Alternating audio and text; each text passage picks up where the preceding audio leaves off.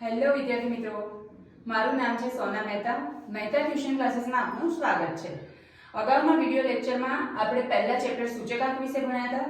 હવે આજે આપણે બીજું ચેપ્ટર જેનું નામ છે સુરેખ સહસંબંધ, જે ચેપ્ટર તમારે 18 માર્ક્સનું છે બોર્ડની એક્ઝામ માટે.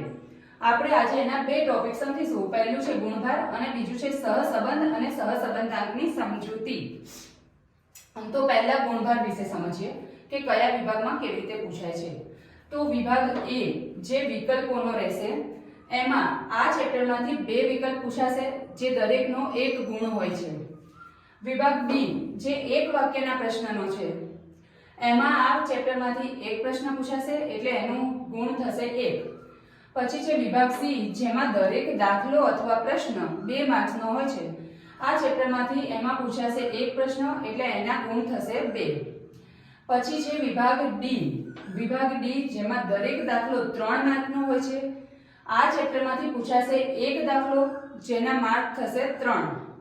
અને વિભાગ F જેમાં દરેક દાખલો 5 માર્ક્સનો હોય છે. આ ચેપ્ટરમાંથી વિભાગ F માં 2 દાખલા પૂછાશે એટલે તમારા એના કુલ ગુણ થશે 10. આ પ્રમાણે આ ચેપ્ટર 18 માર્કનું છે.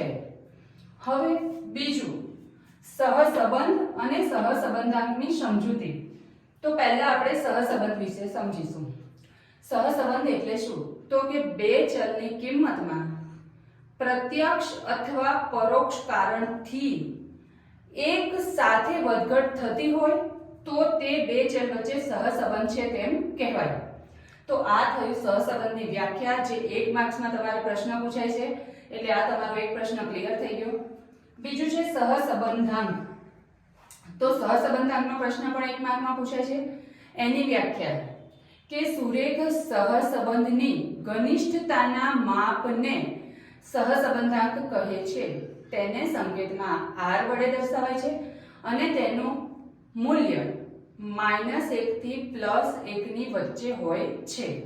તો વિદ્યાર્થી મિત્રો, તમારે આ ચેપ્ટરમાંથી 5 માર્ક્સમાં એક દાખલો ફિક્સ પૂછાવાનો જ છે અને તે આવો જ આવશે.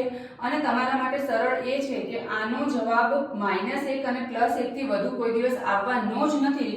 એટલે તમને ખબર પડી જશે તમારો દાખલો સાચો છે કે ખોટો.